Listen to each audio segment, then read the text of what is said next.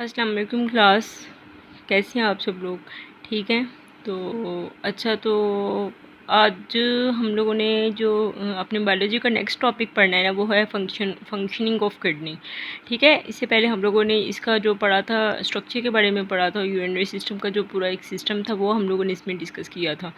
तो functioning of kidney के अंदर सबसे पहली बात क्या आ जाती है कि जो किडनी का मेन फंक्शन होता है ना, वो क्या है? Urine formation. जैसे कि उन्होंने आपको दिखाया भी हुआ है, अब आप लोग देखो क्या लिखा हुआ है। मेन फंक्शन जो है किडनी का है वो क्या है? Urine formation. और ये जो मेन फंक्शन जो है ये आपको 3 स्टेप्स के अंदर पूरा कंप्लीट होता है। पहला स्टेप इसके अंदर आ जाएगा आपका प्रेशर फिल्ट्रेशन का, ठीक है। और जो दूसरा स्टेप है ना इसके अंदर, वो आपका आ जाएगा सिलेक्टिव रीअब्जॉर्प्शन। और थर्ड स्टेप आपका आ जाएगा ट्यूबुलर सेक्रीशन। ये जब आप लोगों ने लॉन्ग क्वेश्चन के अंदर ये इंपॉर्टेंट है, ये लिखा भी हुआ है, वेरी इंपॉर्टेंट। ठीक है। ये आप लोगों ने क्या करना है, जब भी इसको लिखोगे ना, फंक्शनिंग ऑफ किडनी, सबसे पहले पहली लाइन लिखनी है, उसके बाद तीनों की हेडिंग बनानी है आप लोगों ने। उसके बाद फिर इसको आगे से प्रॉपर डिटेल के साथ आपने स्टार्ट करना है। तो हाँ, बात करते हैं पहले प्रेशर फिल्ट्रेशन। प्रेशर फिल्ट्रेशन में क्या उन्होंने बताया कि जैसे हम लोगों ने इसमें निफ्रॉन का हम लोगों ने पढ़ा था, ये हम लोग निफ्रॉन को यहाँ पे डिस्कस करेंगे। सबसे पहले तो हम लोग देखेंगे निफ्रॉन का जो स्ट्रक्चर है वो कहाँ से स्टार्ट हो रहा है। ये आप लोगों के पास एक कॉम्प्लेक्स स्ट्रक्चर है जिसे हमने बॉमन कैप्सूल का नाम दिया था। ठीक है। इसके अंदर क्या है? ग्लोमेरुलस मौजूद है। ग्लोमेरुलस हम लोगों ने पढ़ा था नेटवर्क ऑफ कैपिलरीज, यानी कि कैपिलरीज का जो गुच्छा होता है ना, वो बॉमन कैप्सूल के अंदर मौजूद होता है, जिसे हम ग्लोमेरुलस का नाम देते हैं। अब आपको ये दो इसकी मतलब नज़र आ रही हैं कैपिलरीज, ठीक है। वेन्स वगैरह आप कह लो, या वेन्स तो नहीं, कैपिलरीज आर्टरीज हम लोग कह सकते हैं। तो क्या होगा कि जब हमारी बॉडी के अंदर जो ब्लड होता है, जब इसके अंदर इनके अंदर से एंटर होकर जब वो ग्लोमेरुलस के अंदर आता है, तो वो क्या होता है कि वो बहुत ज़्यादा हाई मतलब होता है, बहुत ज़्यादा उसका जो प्रेशर होता है बड़ा ज़्यादा, मतलब हाई प्रेशर के साथ वो एंटर होता है ग्लोमेरुलस के अंदर। तो ग्लोमेरुलस से फिर वो आगे वहाँ ग्लोमेरुलस के अंदर जब ब्लड आएगा, तो हमें पता है ब्लड के अंदर जो चीज़ें मौजूद है, लाइक जैसे ग्लूकोज वगैरह। अब आप लोग अपने यहाँ पे देखो उन्होंने क्या बात बताई है। When blood enter the kidney via the renal arteries, it goes many arterioles and then go to the glomerulus। क्या होगा कि जब ब्लड जो है वो किडनी में जब आएगा रीनल आर्टरीज की हेल्प से, और वो बहुत ज़्यादा आर्टियोल से होता हुआ ग्लोमेरुलस के अंदर एंटर होता है, उस टाइम जो ब्लड का प्रेशर होता है क्या होता है? Very high. ठीक है, बहुत ज़्यादा हाई होता है। और उसके अंदर क्या होता है कि मोस्ट ऑफ द जो पानी होगा, सॉल्ट, ग्लूकोज और यूरिया होगा जो ब्लड के अंदर, वहाँ पे वो force out glomerulus capillaries, this material pass into the Bowman capsule. हाँ जी, तो बेसिकली क्या होता है कि जो मतलब जब ब्लड ग्लोमेरुलस के अंदर एंटर हुआ है बॉमन कैप्सूल के अंदर, तो क्या होगा कि इसके अंदर जितना भी पानी है, सॉल्ट या ग्लूकोज वगैरह होगा ना, वो उसके अंदर ही रह जाएगा, ग्लोमेरुलस के अंदर रह जाएगा। ठीक है। और जो बाकी मटेरियल होगा वो बॉमन कैप्सूल से पास आउट होकर आगे की तरफ चला जाएगा। और जो मटीरियल ग्लोमेरुलस के अंदर रह गया ना, उस मटीरियल को हम नाम दे देते हैं ग्लोमेरुलस फिल्ट्रेट।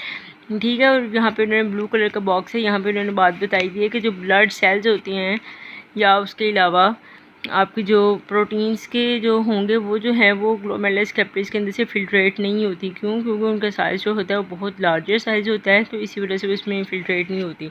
इसी तरह अब उन्होंने क्या बात बताई है कि यहाँ पे जब ब्लड आया तो बहुत ज़्यादा हाई, मतलब उसका जो प्रेशर होता है, ठीक है, वो हाई प्रेशर के साथ, यानी कि ब्लड के अंदर जो ग्लूकोज है, सॉल्ट है, यूरिया है, वो सब यहाँ से इसके अंदर रहेगा, और बाकी चीज़ें जो है वो आगे पास आउट हो जाएंगी। यानी कि उसका फर्स्ट पार्ट जो है आपका निफ्रॉन का, वो क्या है? Proximal convoluted tubule. Convoluted tubule first part के अंदर एंटर होगा, और यहाँ पे जो चीज़ें बच जाएंगी, जो मटेरियल बचेगा, उसको हम ग्लोमेरुलस फिल्ट्रेट का नाम दे देंगे। ग्लोमेरुलस फिल्ट्रेट, ग्लोमेरुलस फिल्ट्रेट का नाम देंगे। ठीक है। उसके बाद फिर क्या होगा कि अब आप लोग देखो कि ये जो निफ्रॉन है, निफ्रॉन का एक असेंडिंग लिम्ब है और दूसरी उसकी डिसेंडिंग लिम्ब है। ठीक है। यानी कि ये वाली जो है ये इसकी असेंडिंग है और दूसरी वाली इसकी डिसेंडिंग है। और इसको हम बेसिकली आगे आपका प्रॉक्सिमल कॉन्वोल्यूटेड ट्यूबुल के बाद जो नेक्स्ट स्ट्रक्चर आ रहा है वो लूप ऑफ हैनल आ रहा है। लूप ऑफ हैनल आ रहा है जो कि यू शेप में होता है। ठीक है। इसकी असेंडिंग लिम्ब और डिसेंडिंग लिम्ब्स मौजूद होती हैं।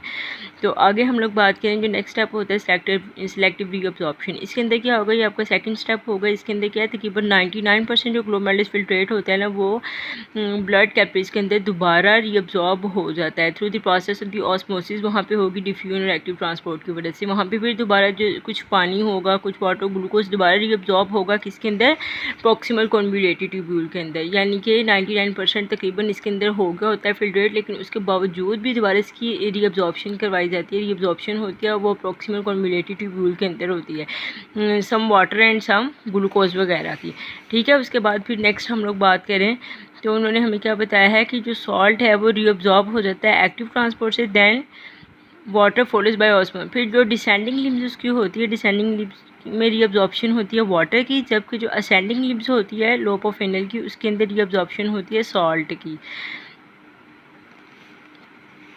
हम लोग बात करें तो उन्होंने क्या कहा है कि जो डिसेंडिंग लिम्ब है ना लूप ऑफ फिनल की, इसके अंदर किसकी अब्जॉर्प्शन होगी, इसके अंदर वाटर की रीअब्जॉर्प्शन होती है दोबारा। और वो जो असेंडिंग लिम्ब है उसके अंदर दोबारा रीअब्जॉर्प्शन किसकी होती है, सॉल्ट की रीअब्जॉर्प्शन होती है।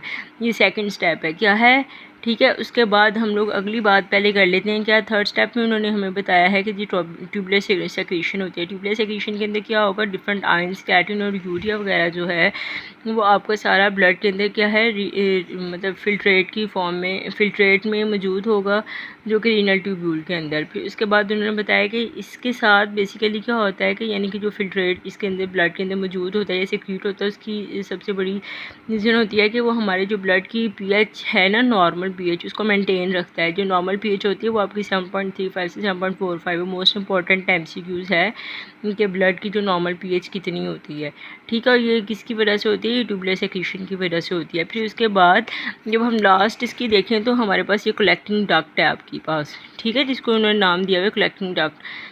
डिस्टल कॉन्वोल्यूटेड ट्यूब्यूल के बाद दोबारा वो कलेक्टिंग डक्ट के अंदर सारा फिल्ट्रेट वगैरह आएगा, सब कुछ आएगा। तो वहाँ पे क्या होगा, the filtrate present in the renal tubule is known as the urine. वो जो आपका कलेक्टिंग डक्ट के अंदर मौजूद होता है या रेनल ट्यूब्यूल के अंदर, उसको हम यूरिन का नाम देते हैं। और वो जो यूरिन फिर क्या होगा कि वो आगे दोबारा ब्लैडर में जाएगा, ब्लैडर से यूरिथ्रा से पास आउट हो जाएगा। जैसे कि उन्होंने बताया it moves into the collecting duct, वो कलेक्टिंग डक्ट के अंदर गया है, देन इनटू द पेल्विस, वहाँ से पास आउट हो जाता है जो एक्स्ट्रा वेस्ट मटेरियल होता है, ठीक है। इसके बाद नीचे एक छोटा सा टेबल है, अब आप लोग देखो इसके अंदर उन्होंने ये नस मतलब ये रिपोर्ट किया हुआ है कि यूरिन की जो कंपोजिशन होती है, normal chemical composition of urine, ठीक है। इसके अंदर वाटर इतने परसेंट है, ये सारी चीज़ें उन्होंने बताई हुई है, उनकी परसेंटेज बताई हुई है।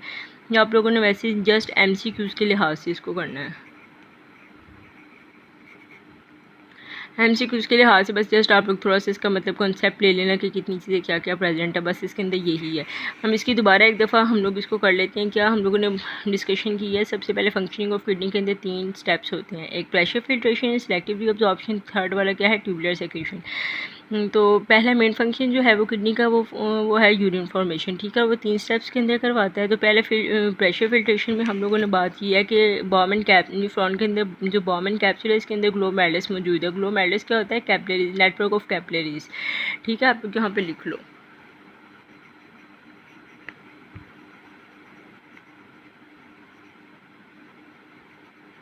नेटवर्क ऑफ कैपिलरीज होती हैं, ठीक है। और जब ब्लड इसके अंदर रीनल ट्यूब्यूल से और फिर उसके बाद आर्ट्यूल से होता हुआ जब ग्लोमेरुलस के अंदर आता है, कैपिलरीज के अंदर, वो बहुत ज़्यादा हाई प्रेशर में होता है। तो फिर ब्लड के अंदर जो चीज़ें मौजूद होती हैं जैसे ग्लूकोज है, यूरिया है, वाटर, वहाँ पे यहाँ पे वो क्या होगा कि यहाँ पे वो फिल्टर हो जाएगा, यहाँ पे वो फिल्ट्रेट रह जाएगा और बाकी जो चीज़ें हैं वो पास आउट हो जाएंगी प्रॉक्सिमल कॉन्वोल्यूटेड ट्यूब्यूल के अंदर, ठीक है। और जो यहाँ पे जैसे यूरिया है, वाटर है या ग्लूकोज वगैरह है, उसको हम नाम दे देते हैं उस मटेरियल को ग्लोमेरुलस फिल्ट्रेट का, ठीक है। उसके बाद जो प्रॉक्सिमल कॉन्वोल्यूटेड ट्यूब्यूल से होती हुई उसका दूसरा स्टेप आ जाता है आप लोगों का, क्या आ जाएगा जी, सिलेक्टिव रीअब्जॉर्प्शन। सिलेक्टिव रीअब्जॉर्प्शन के अंदर लॉप ऑफ फिनल आ जाता है। लॉप ऑफ फिनल के अंदर 2 लिम्स है आपकी, एक डिसेंडिंग और दूसरी असेंडिंग लिम्ब है। वहाँ पे क्या होगा कि दोबारा सिलेक्टिव रीअब्जॉर्प्शन होगी, यानी उस मटेरियल की जो ग्लोमेरुलस फिल्ट्रेट है, इसके अंदर क्या होगा कि जो आपकी डिसेंडिंग लिम्ब है उसके अंदर वाटर की रीअब्जॉर्प्शन दोबारा हो जाएगी, उस असेंडिंग लिम्ब के अंदर सॉल्ट की रीअब्जॉर्प्शन होती है। फिर वहाँ से होता हुआ फिल्ट्रेट दोबारा डिस्टल कॉन्वोल्यूटेड ट्यूब्यूल के अंदर जाएगा, यानी कि ट्यूबुलर सेक्रेशन के अंदर। फिर उसके बाद ट्यूबुलर सेक्रेशन में आके वो क्या करेगा कि एक तो हमारी जो ब्लड की नॉर्मल पीएच है उसको मेंटेन रखेगा, ठीक है। उसके बाद दोबारा वो कलेक्टिंग डक्ट के अंदर इकट्ठा हो जाता है वहाँ से फिर वो आगे उसमें आगे चला जाता है जो है ब्लैडर के अंदर, ठीक है, क्योंकि यूरिन फॉर्मेशन है। ब्लैडर जो हम लोगों ने पढ़ा था ब्लून लाइक स्ट्रक्चर होता है, उसके अंदर जाएगा, वहाँ से फिर वो यूरिथ्रा से पास आउट हो जाता है हमारी बॉडी से। ये सारी बात उन्होंने बताई है यहाँ पे, ये सब कुछ ये वही वाला टॉपिक है जो मैंने आप लोग को एक दफ़ा दोबारा बता दिया है, ठीक है। इसमें कोई चीज़ आप लोग को जो ना समझ आई हो तो काइंडली आप लोग पूछ लेना। यहाँ पे फंक्शन ऑफ किडनी न्यूफ्रॉन, ये न्यूफ्रॉन का स्ट्रक्चर ही दिखाया हुआ है उन्होंने थोड़ा सा आपको, ये भी न्यूफ्रॉन का स्ट्रक्चर दिखाया हुआ है। इसमें कोई प्रॉब्लम किसी तरह की हो तो काइंडली पूछ लेना। ओके, अल्लाह हाफिज़, थैंक यू।